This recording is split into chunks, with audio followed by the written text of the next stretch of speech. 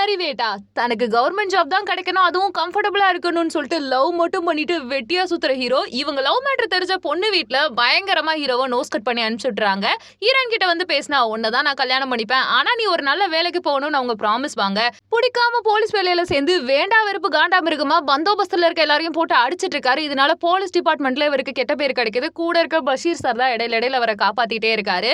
அப்ப மலைவாழ் கிராம மக்களுக்கான பந்தோபஸ்துக்கு ஹீரோவும் பஷீர் சாரும் போயிருக்க அந்த பிளேஸ்ல மலைவாழ் மக்கள் தீவிரமா போராட்டம் பண்ணிட்டு இருக்காங்க. ஒவ்வொரு நாளும் அந்த மக்களுக்கு இருக்க உரிமை மறுக்கப்பட பயங்கரமா பேச்சுவார்த்தையும் நடந்துட்டு இருக்கு. இங்க தீவிரவாதிகள் தான் இருக்காங்கன்னு சொல்லிட்டு கவர்மெண்ட்ல இருந்து செட் பண்ணி பஷீர் சாரை தனியாவும் ஹீரோவை தனியாவும் பிரிச்சு விடுறாங்க. அந்த இடத்துல பஷீர் சார் இறந்து போக யார் கொலை பண்ணதுன்னு கண்டுபிடிக்கும் போது கூட வந்த கமாண்டோவே பிளான் பண்ணி ஒரு போலீஸ் சேர்த்தாதான் போராட்டம் வேற மாதிரி மாறும், அரசியல் தலைவர்கள் பாதிக்கப்பட மாட்டாங்கன்னு சொல்லிட்டு வேணும்னே லத்தி சார்ஜ்ல இருந்து கன் ஷாட்டும் பண்ணிருப்பாங்க. நிறைய பேர் ஹீரோ கண்ணு முன்னாடி இறந்திருப்பாங்க. இதை பத்தி ஹீரோயின் கிட்ட ஷேர் பண்ணி ஃபீல் பண்ண நான் உனக்கு சப்போர்ட் பண்றேன்னு ஹீரோயின் சொல்லியிருப்பாங்க. அப்புறம் அந்த மலை கிராம மக்கள் எல்லார்கிட்டயுமே தகவல்களை சேகரிச்சு ஹீரோ என்ன பண்றாருன்னா ஜட்ஜ் கிட்டயே போயிட்டு டைரக்டா பேசுவாரு. ஃபர்ஸ்ட் போலீஸ் கிட்ட பேசும்போது ஹீரோ எல்லாரும் கலாச்சுறாங்க. பட் அதுல இறந்து போன 5 பேரை தனியா புதைச்சு வச்சிருப்பாங்க. அந்த புதைச்சு எரிச்ச டீடைல்ஸ் எல்லாத்தையுமே ஜட்ஜ் கிட்ட சொல்ல அவரு இதை தனி கேஸா எடுத்து ஹீரோவுக்கு பாதுகாப்பும் கொடுக்குறாங்க.